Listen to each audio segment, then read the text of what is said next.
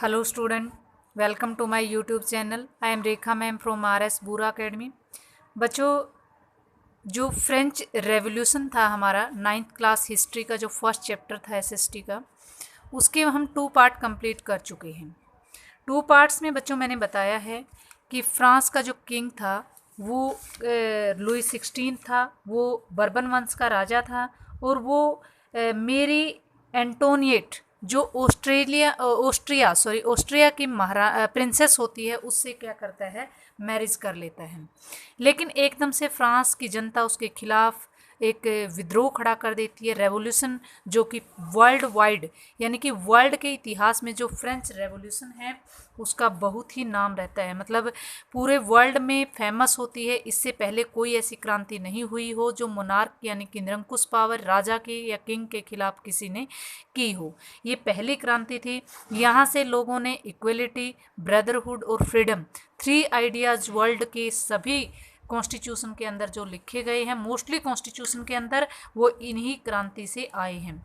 तो यहाँ पर बच्चों मैंने पीछे वाली वीडियो में बताया था कि एक्टिव सिटीजन्स क्या होते हैं और पैसिव सिटीजन्स क्या होते हैं। एक्टिव सिटीजन्स जो जनरल असेंबली थी हमारी, नेशनल असेंबली में जो एक्टिव सिटीजन्स वो होते थे जो अपने 3 डेज़ की वेज को एज अ टैक्स पे करते थे गवर्नमेंट फॉर्म करने के लिए, मतलब गवर्नमेंट को रन करने के लिए। बट पैसिव सिटीजन वो होते थे जो can not pay the tax, ये मैंने बताया है। और जो वोट कास्ट नहीं कर सकते थे वो या तो पैसिव सिटीजन होते थे या women, children and youth below the 25 years, जो यूथ 25 ईयर्स के नीचे के थे वो होते थे। यहाँ पर हम लेट स्टार्ट द चैप्टर। यहाँ हमारा चैप्टर रीड करने हम जा रहे हैं बच्चों। The constitution of 1791 vested the power. यहाँ पर 3 वीडियो हम हमारी ये 3rd वीडियो है। The constitution of 1791 vested the power to make laws in the national assembly. जो नेशनल असेंबली होती है वो अपना कॉन्स्टिट्यूशन कब बनाती है? 1791 में बनाती है।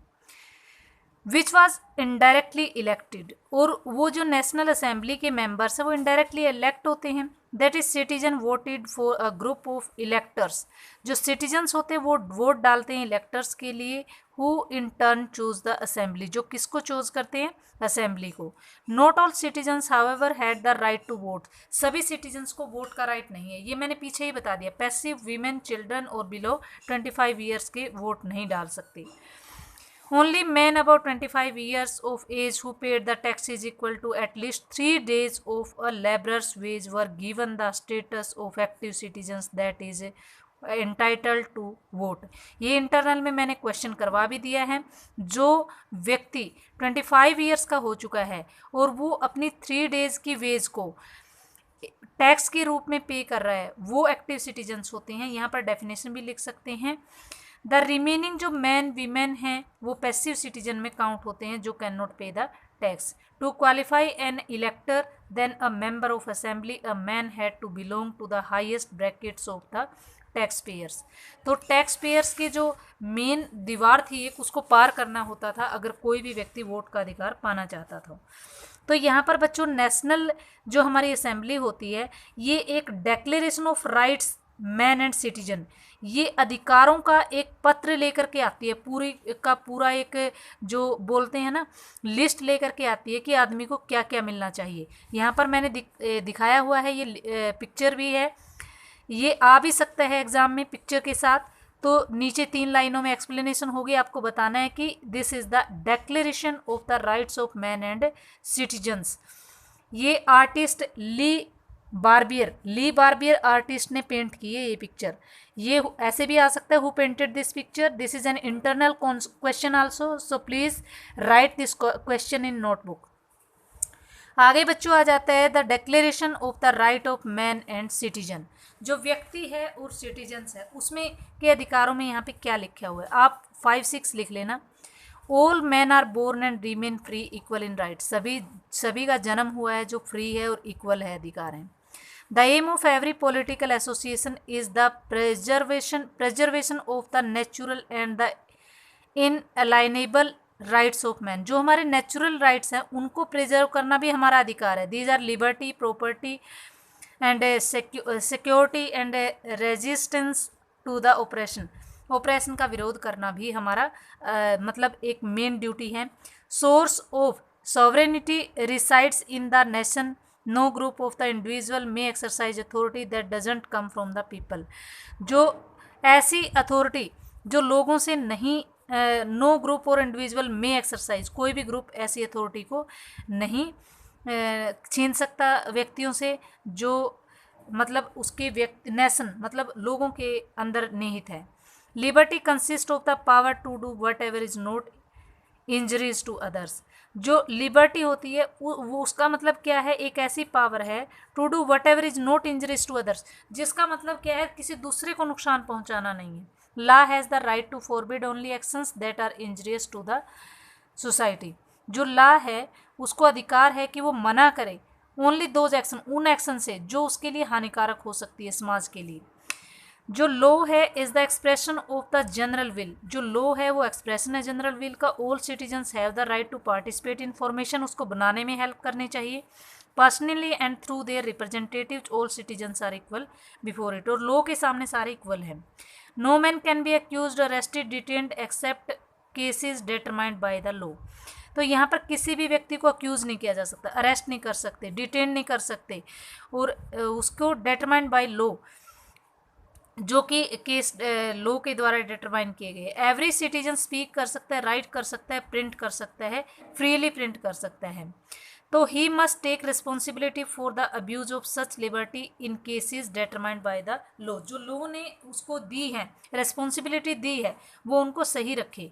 For the maintenance of the public force, for the expenses of administration, a common tax is indispensable. एक कॉमन टैक्स भी देना होता है, it must be assessed equally to all the citizen, लेकिन वो टैक्स इक्वली लगा होना चाहिए सभी पे, in proportion to their means, उनके साधन के प्रोपोर्शन में। अब इनकम 100 रुपये है, टैक्स 150 तो नहीं दे सकता वो। तो इस तरीके की जो चीज़ें हैं, जो ये सब चीज़ें वहाँ पर आती हैं। Since a property is a sacred and inviolable right, no one may be deprived of it unless a legally established public necessity requires it. In that case a just compensation must be given in advance. Advance में उसको compensation भी मिलना चाहिए। यहाँ पर बच्चों क्या आया है, constitution begin with declaration of rights. वो कॉन्स्टिट्यूशन में डिक्लेरेशन ऑफ राइट्स लिखा हुआ है। वो राइट क्यों होते हैं, राइट टू लाइफ हो सकता है, राइट टू स्पीच हो सकता है, राइट टू ओपिनियन हो सकता है। आप या तो इस टेबल से लिख सकते हैं 5-6 क्वेश्चन बना करके इसका। राइट बिफोर लॉ हो सकता है, लॉ वर एस्टेब्लिश्ड एज नेचुरल इनअलाइनेबल राइट्स हैं, ये नेचुरल अधिकार हैं व्यक्ति के, इनको कोई छीन नहीं सकता। They belong to each human being by birth and could not be taken away. ये बाय बर्थ हर एक पर्सन को मिले होते हैं, कोई इनको टेकन अवे नहीं कर सकता। It is a duty of the state to protect the citizens natural right. और जो सिटीजन्स के नेचुरल राइट होते हैं उनको प्रोटेक्ट करना भी ड्यूटी होती है गवर्नमेंट की। यहाँ पर एक जर्नलिस्ट है जीन पॉल मरात, उसने कमेंट किया है ले अमी डू पीपल। इसमें इसका मतलब क्या होता है, the friend of the people, constitution drafted by the national assembly. जो कॉन्स्टिट्यूशन है नेशनल असेंबली ने ड्राफ्ट किया है उसके बारे में उसने ये लिखा है, आप इसको पढ़ लेना। ये इतना एग्जाम के अंदर आ सकता है, इसकी पिक्चर दे सकता है, हु इज़ दिस, या यहाँ पे जीन पॉल मरात आप लिख सकते हैं। उसने ल अमी डू पीपल, ये जो क्या था, ये एक एक्सट्रैक्ट था न्यूज़पेपर का, ये किसने लिखा था, ये भी आप जीन पॉल का नेम दे सकते हैं, मैनी राइटर्स वहाँ पर मिल सकते हैं। आगे बच्चों आप देख सकते हैं रीडिंग पॉलिटिकल सिंबल्स। कुछ पॉलिटिकल सिंबल्स यहाँ पर लिए हुए हैं, इन सिंबल्स को देख करके आप बताएंगे कि ये किस चीज़ का सिंबल्स है। यहाँ पर चेन टूटी हुई है, चेन टूटने का मतलब ब्रोकन चेन मीन्स क्या है, chains were used to fetter slaves. जो स्लेव्स है, स्लेव को के मतलब बांध कर रखने के लिए दासों को यूज़ की जाती थी। ब्रोकन चेन मीन्स है एक्ट ऑफ बिकमिंग फ्री। इसका मतलब क्या है कि जो स्लेव्स थे उनको फ्री कर दिया गया है। बंडल ऑफ रोड्स और फेसिस, बंडल जो होते थे रोड्स के, उसका मतलब क्या है, one road can be easily broken, कि एक चीज़ को तो ईजिली तोड़ सकते हैं but note the entire bundle, पूरे बंडल को नहीं। Strength lies in unity, it means क्या है कि जो स्ट्रेंथ है वो यूनिटी में है। मतलब एक व्यक्ति को तो हरा देते हैं हर एक व्यक्ति, मतलब मोस्टली सभी, लेकिन जब हम इकट्ठे हो जाते हैं बहुत सारे लोग, उनको हरा पाना बहुत ही मुश्किल हो जाता है। नेक्स्ट बच्चों ये ट्रायंगुलर शेप में आइज दी हुई है, the I with in triangular radiating light, इसका मतलब क्या है? All saying eyes stand for knowledge, जितनी आंखें देख रही है इसका मतलब है वो आपको नोट कर रहा है कोई ना कोई। The rays of the sun will drive away the clouds of ignorance, जो रेज होती है सन की वो इग्नोरेंस को डिराइव करती हैं। ये चीज़ आप नोट करेंगे बच्चे, ये सभी क्वेश्चन आपने नोटबुक में भी राइट डाउन करने हैं। स्केप्टिक वेरी इंपॉर्टेंट आ जाता है, ब्रोकन चेन वेरी इंपॉर्टेंट आ जाता है। स्केप्टिक का सिंबल क्या होता है? ये वहाँ पर एग्जाम में आपको सिंबल मिलेंगे, इनमें से एक पक्का सिंबल आता है सिंबल ऑफ रॉयल पावर। अगर यहाँ पर मिल गया स्केप्टिक साइन मिला आपको वहाँ पर, तो आप बोलेंगे कि ये सिंबल ऑफ रॉयल पावर को शो कर रहे हैं।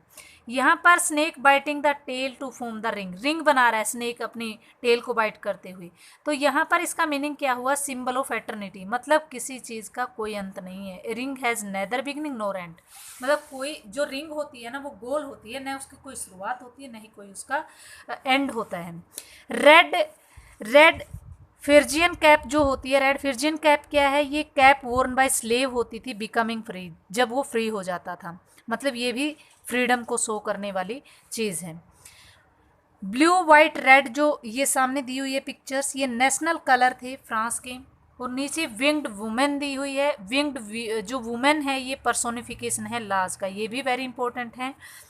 नेक्स्ट है law table, the law is the same for all, यहाँ पर ये टेबल दिखाई गई, देखो सभी के लिए, कोई बड़ा छोटा नहीं है, दोनों टेबल्स इक्वल है।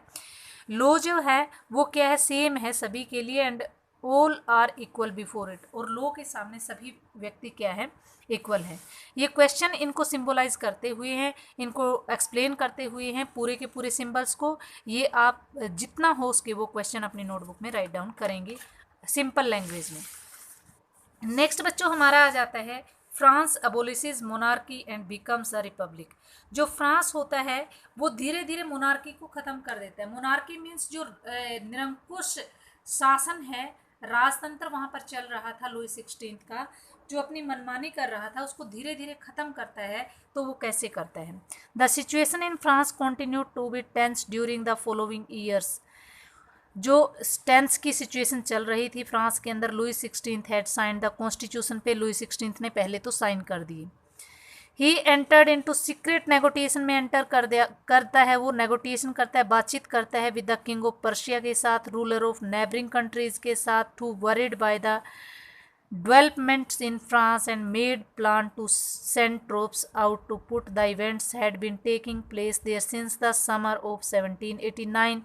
Before this could happen, the National Assembly voted in April 1792 to declare war against Prussia and Austria. तो क्या करता है वो लुई 16 ऑस्ट्रिया के साथ और नेबरिंग कंट्री के साथ उस नेशनल असेंबली को दबाने के लिए बातें करता है कि आप हमें कोऑपरेट करो। तो वो अटैक करने के लिए अपनी सेनाओं को भेज देते हैं, लेकिन जो 1792 में खुद ही जो नेशनल असेंबली है वो भी डिक्लेयर कर देती है, प्रशिया और ऑस्ट्रिया के खिलाफ वॉर डिक्लेयर कर देती है। थाउजेंड्स ऑफ वॉलंटियर्स, जो वॉलंटियर्स हैं, thronged from the provinces to join the army, volunteers आ जाते हैं वहाँ पर आर्मी को ज्वाइन करने के लिए, बहुत सारे लोग आ जाते हैं नेशनल असेंबली में। They saw that as a war of the people against king autocracies of all the Europe, वो देखते हैं कि अगर हम यहाँ फ्रांस में एटोक्रेसी के खिलाफ विद्रोह कर रहे हैं तो पूरे यूरोप के लोग एक साथ हो जाएंगे, सभी अपने अपने देशों में ऐसा करेंगे। Among the patriotic songs they sang was, उन्होंने एक गीत गाया जो भी सेना में भर्ती होने वाले आर्मी मैन थे, Marseillaise, composed by poet Rouget de L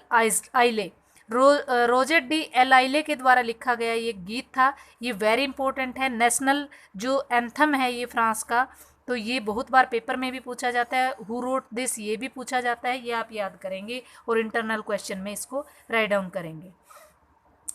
so got its name, the Marseillaise is now the national anthem of the France, France का नेशनल एंथम आजकल जो है ये मर्सियल्स है। ये बीच में one line, it was sung by the first time volunteers of Marseillaise, Marseillaise के वॉलंटियर ने पहली बार गाया जब वो पेरिस जा रहे थे। गोट सो नेम्ड, इसलिए इसका नाम मर्सियल्स रखा गया, मर्सियल्स के नागरिकों ने इसको गाया था।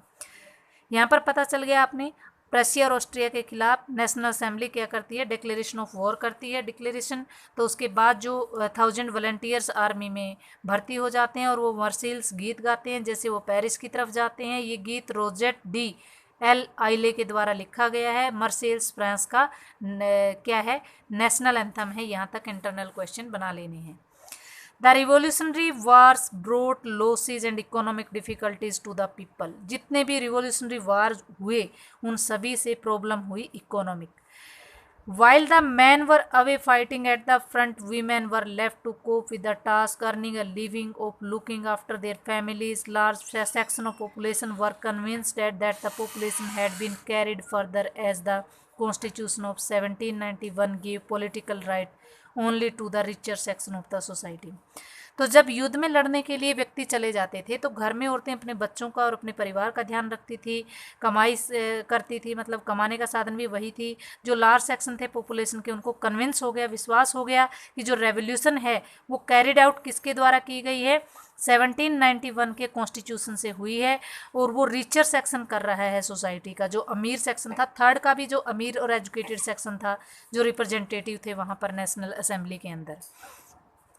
पॉलिटिकल क्लब्स, जो पॉलिटिकल क्लब्स थी, became an important rallying point for the people who wish to discuss the government policies and plan their own forms of action. जो वहाँ पर पॉलिटिकल क्लब्स मेन सोर्स बन गई गवर्नमेंट की नीतियों को डिस्कस करने के लिए। मोस्ट जो सक्सेसफुल क्लब्स थी वाज द जैकोबिन क्लब्स। उनमें सबसे इंपॉर्टेंट जैकोबिन क्लब्स थी। ये इंटरनल क्वेश्चन बन जाता है आपका। Which got its name the convent of Saint Jacob in Paris. Jacob की कॉन्वेंट के नाम से जिसको जाना जाता था वो क्लब मोस्ट इम्पोर्टेंट थी। Which was the most important club during the 1791, ये आप लिख सकते हैं।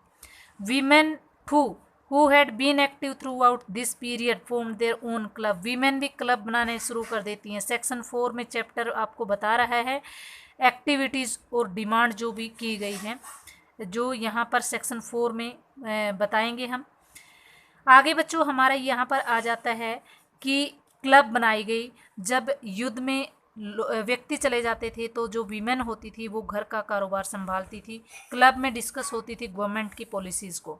यहाँ पर member of Jacobin club belong mainly to the less prosperous section. जो जैकोबियन थे वो अमीर नहीं थे। दे इंक्लूडेड स्मॉल शॉपकीपर थे, शू मेकर्स थे, पेस्ट्री कुक्स थे, वॉच मेकर्स थे, प्रिंटर्स थे, as well as servant and daily wage workers थे। ये who were involved in Jacobin members. ये आप क्वेश्चन यहाँ पर बना सकते हैं इंटरनल, ये भी इम्पोर्टेंट है आपका। आगे बच्चों आ जाता है their leader was Maximilian Robespierre. उनका जो लीडर था वो था Maximilian Robespierre. A large group among the Jacobin decided to start wearing long strip trouser. जो लार्ज ग्रुप था जैकोबियंस का वो क्या पहनते हैं, लॉन्ग स्ट्रिप ट्राउजर पहनते हैं। जैसे कि आप पिक्चर में देख रहे हैं स्ट्रिप वाला ये ट्राउजर पहनते हैं। Similar to those born by dock worker. जो कि कौन पहनते थे, डॉक वर्कर भी ऐसा ही पहनते थे।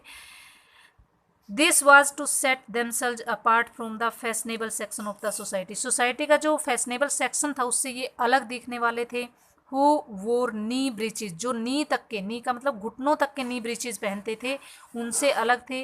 वोर नी ब्रीचेज इट, ये नेक्स्ट में करेंगे बच्चों। यहाँ कॉन्वेंट एक डेफिनेशन दी हुई है, ये आप कर सकते हैं कॉन्वेंट।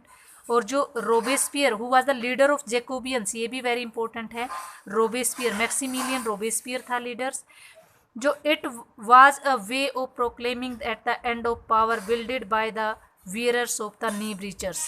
ये प्रोक्लेम करता था कि जो पावर है वियरर्स ऑफ द नी ब्रीचर्स की, the Jacobins came to be known as the sans क्लोटस।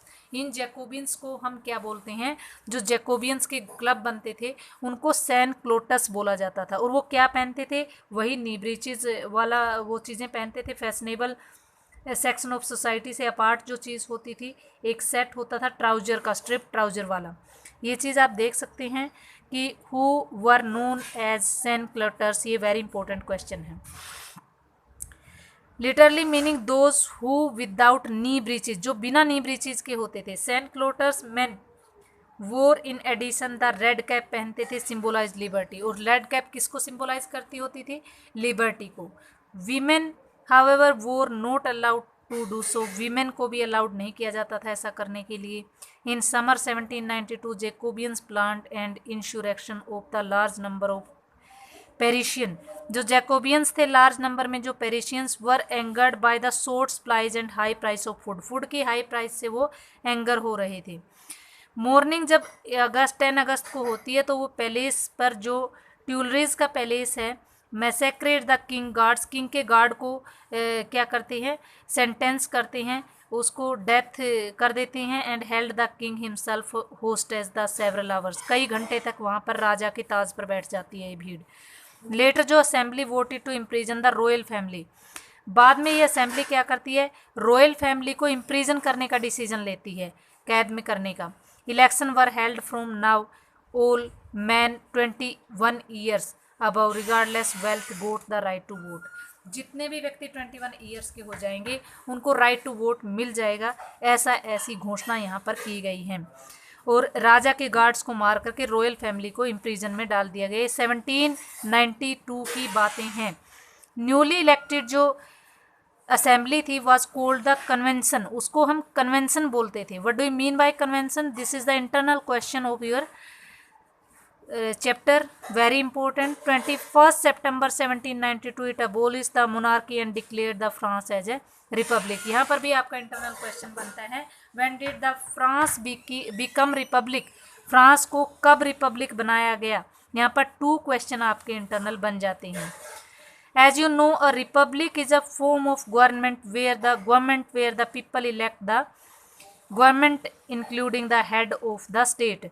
यहाँ पर रिपब्लिक का meaning very important, 3rd question यहाँ पर आ जाता है।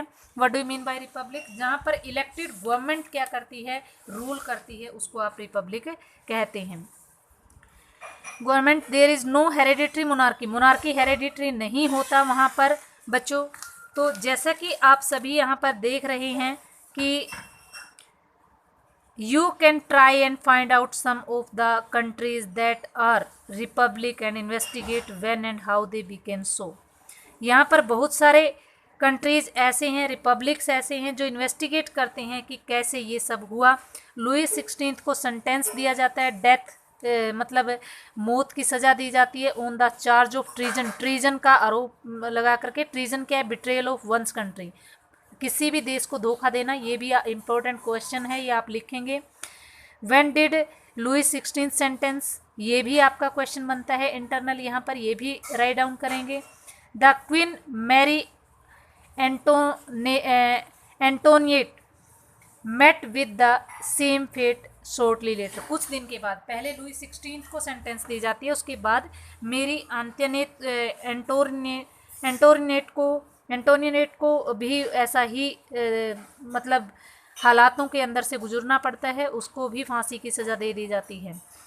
आगे बच्चों हमारा आ जाता है rain of terror. Rain of terror बच्चों क्या होता है, ये एक साम्राज्य होता है जो बिल्कुल कत्ल का साम्राज्य होता है, जहाँ हर वक्त डर बना रहता है मौत का लोगों के अंदर।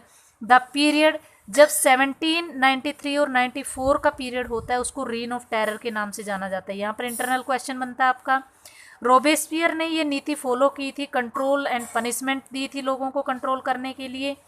ऑल दोज हुम ही सा being enemies of the Republic, जिसको वो रिपब्लिक का एनिमी मानता, जैसे कि एक्स नोबल हो सकते थे, clergy, member of political parties हो सकते थे, even member of his own party भी, did not agree with his methods, जो उसके मेथड से एग्री नहीं करते थे, वर अरेस्टेड, उनको अरेस्ट करवा देता था, इम्प्रिजन करता था। And try to revolutionary tribunal, और उनको बिल्कुल वही मौत की सज़ा सुनाई जाती थी। If the court found them guilty, अगर कोर्ट ने उनको गिल्टी घोषित किया गया, दे वर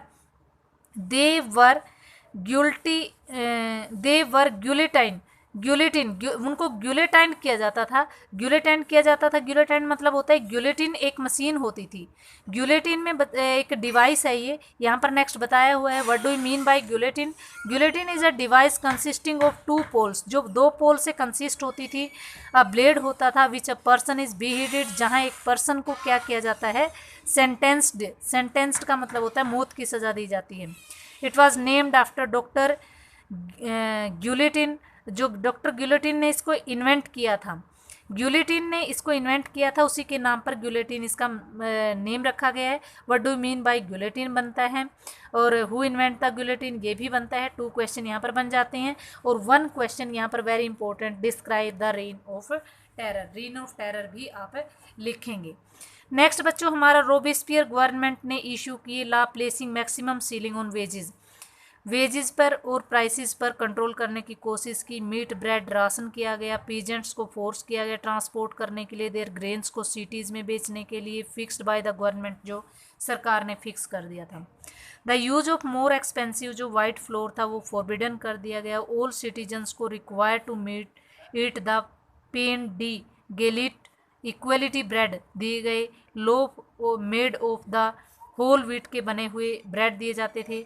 equality was so to practice through the forms of speech and address, सभी में इक्वलिटी देखने को मिलती थी। इंस्टेड ऑफ ट्रेडिशनल मोन्शियर, जो हमारे मोन्शियर होते थे ना, जिनको सर या मैडम बोलते थे, all men and women were henceforth citizen, सभी व्यक्तियों को सिटीजन कहा जाने लगा था जिनको सर या मैडम बोलते थे। Churches were shut down and their buildings converted into the barracks और ऑफिस, चर्च को बंद कर दिया गया और उनके चर्च की जगह बैरेक ऑफिस बना दिए गए।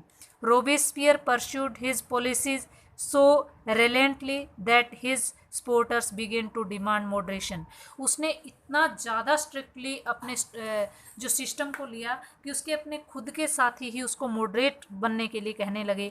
Finally he was convicted by a court in July 1794 में उसको भी अरेस्ट कर दिया गया और उसको भी गिलेटिन में भेज दिया गया। ये थी रोबेस्पियर की कहानी जिसने रीन ऑफ टेरर को एस्टेब्लिश किया था फ्रेंच के अंदर। ये बच्चों आप पढ़ लेना, आपका चैप्टर यहाँ तक कंप्लीट हो चुका है। मैंने इंटरनल क्वेश्चन भी हो चुके हैं, आपको अलग से कुछ नहीं करवाया जाएगा, यहीं से आप करेंगे, सिंपल लैंग्वेज में लिखेंगे। व्हाट इज़ लिबर्टी क्या होती है, टू कॉन्फ्लिक्ट से आप इसको पढ़ेंगे, ये आपका अपना खुद का होमवर्क है। आज की हमारी वीडियो यहीं पर ख़त्म होती है। नेक्स्ट वीडियो में मैं आगे का चैप्टर पढ़ाने वाली हूँ। थैंक्स।